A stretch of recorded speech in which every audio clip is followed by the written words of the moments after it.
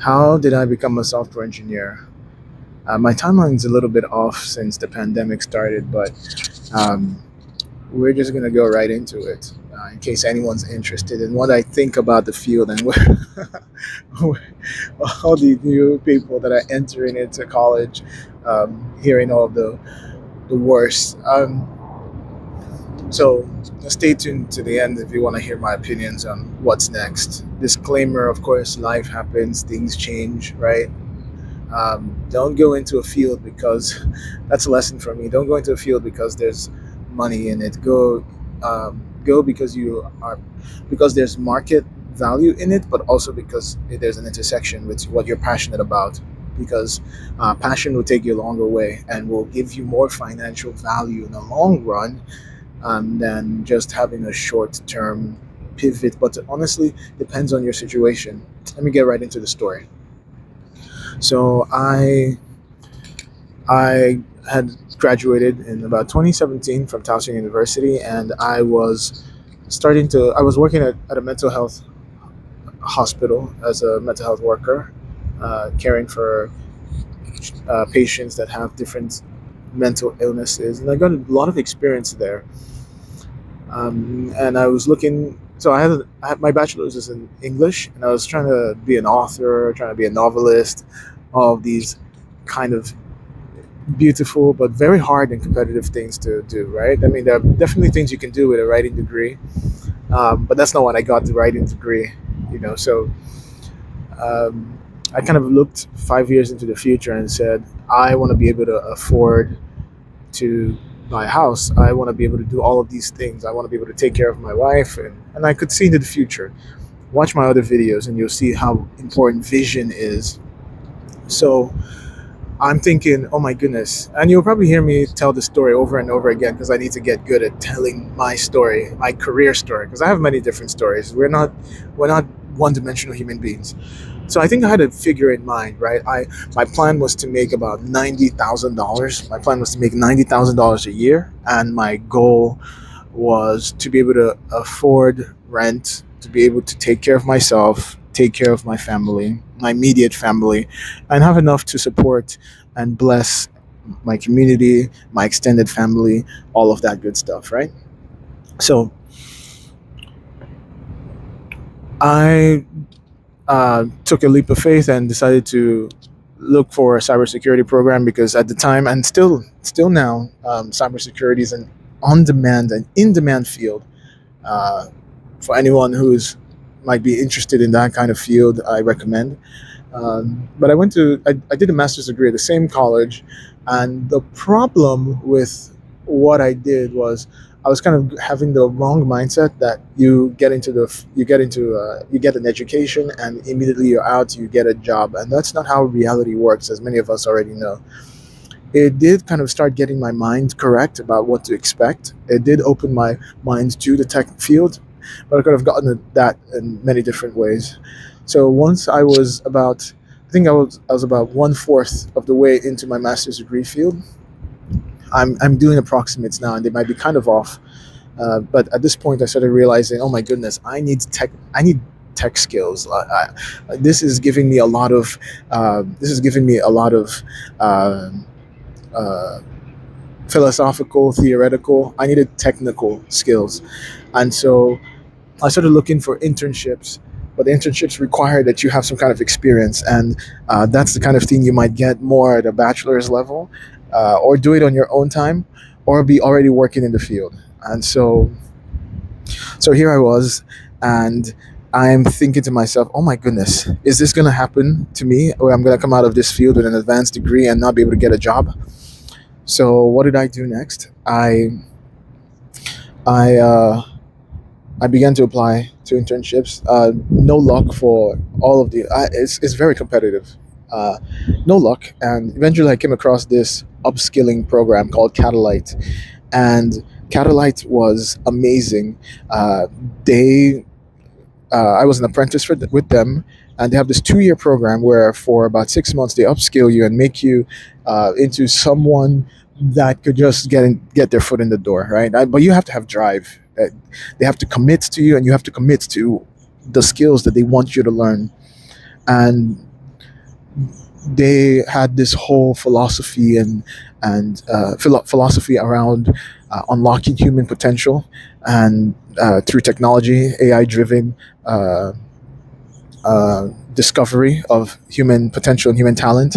And honestly, that was a very beautiful premise. I got in and I was able to learn everything that I needed to learn, work effectively with the people that I was in the classroom with at the time. I think their way of teaching changed over time, but with that, I was able to get into my current role. As a web architect at Bloomberg. I can give more details as to what happened at Catalyte and how that all happened, but afterwards I was able to get into the subsidiary Bloomberg Industry Group. I think uh, they're under the umbrella of the Bloomberg LP group, and I've been here for 3 years, and I've learned quite a lot. I work at the government unit, and I've been I've mostly focused on Vue. I think there's been a bunch of legacy applications uh, that we've been building on top of with Vue. There's a bit of Ruby and a little bit of Node. There's a mix of things and a lot of migration to cloud services, specifically AWS. And so uh, this is going from 2021, I want to say 2022 to about 2024, 2025 now, which is where we are right now. Um, Total, I think I've been working for about 3.5 months. I mean, 3.5 years, sorry. And I was an apprentice with them through Catalyte for about a year. So, um, fun fact, I'm still dealing with imposter syndrome. So, my total experience so far is probably like 4 years, three to 4 years if I don't count that apprenticeship. But if I count that apprenticeship, I'm probably looking at 4 years, and if I count all of Catalyte, that's probably about 5 years. I'm still dealing with imposter syndrome. I don't think this stuff ever goes away. You just build confidence and steamroll the imposter syndrome. That's literally it. Um, so just things that I'm learning, things that I'm working on, and if you're passionate about the field, like I think technology has put us in a place where I would say close your eyes and just chase impact, right? And that could be through being a software engineer, but there are other roles too. Right now, I see trying to be as introspective as possible and prayerful so that I can know exactly where I want to go next. But the way I see things, and if there's any prospective employers in my future, and I also have ideas for products. If anyone wants and is willing to pay product lead, I'm also interested in um, in some product management. I see that down the road if I continue as a career in technology. Um, just this realization that I might not be quite as excited about the implementation of things, but more of like the envisioning of things. And I think that's definitely a pivot I would want to do down the line while I continue to gain some experience. AI definitely plays a role. I think I need to create a video about this from my perspective. My response to AI and what we're seeing, especially on the generative side, because um, it's coming fast. But I mean, there's a lot coming fast, but it's not. I don't think we're there yet. I think a lot of people are just spooked, and that's why leaders are scared. They'll posture like they're not, but that's what it is.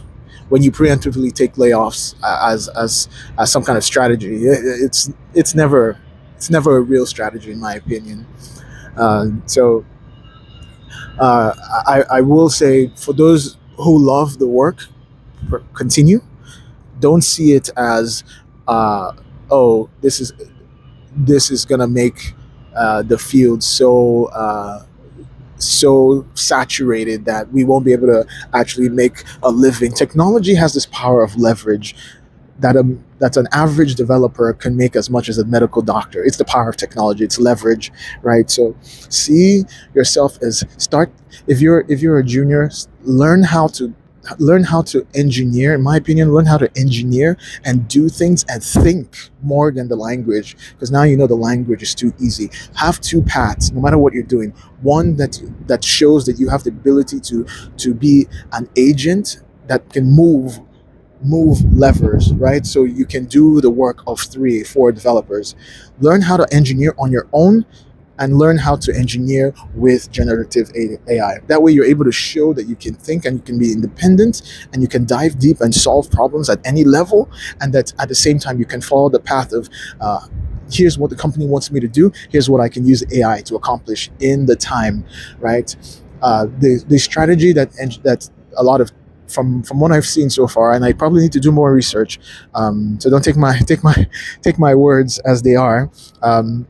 With a grain of salt. But I think a lot of engineering leads, what they are doing is, or a lot of engineering companies, and I think what they're doing is that um, they're short-sighted. I think, and I will explain what I think is really going on. It's a criticism on leadership. I'm not saying I would know what to do, but I don't think layoffs is really, it's the hard thing to do, but I don't think it's always the right thing to do, especially when you have something like this.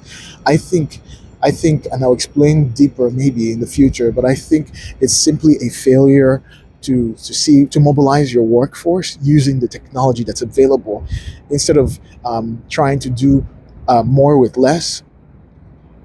Don't be lazy. Learn how to do more with more. I think that's really what we need. It's like you have all of this ability to make huge impacts. Don't cut down, right? Try to scale people to use the new technology to further drive productivity. I would have expected there to be 2x moves in each of these technology companies because of the amount of productivity that they could use to get their workforce to be going. So if you're an engineer, it's a little scary because really we don't know it's like we're coding and we're working, and it's like our efforts is just driving away our career extinction. But have a little faith. Technologies is, I think the best is yet to come, right? We are in another huge paradigm, both on the UX level, front end level, and systems level, more back end level. Everything is about to change significantly, and the problem is not change. The problem is not being able to adapt to change. So just keep your eyes open. And if you're a product person, if you're somebody that's developing technology, start thinking about not how to not how to do more with less, but to do even greater with more. All right, this is Obi. I'll see you guys in the next one. Thanks for watching.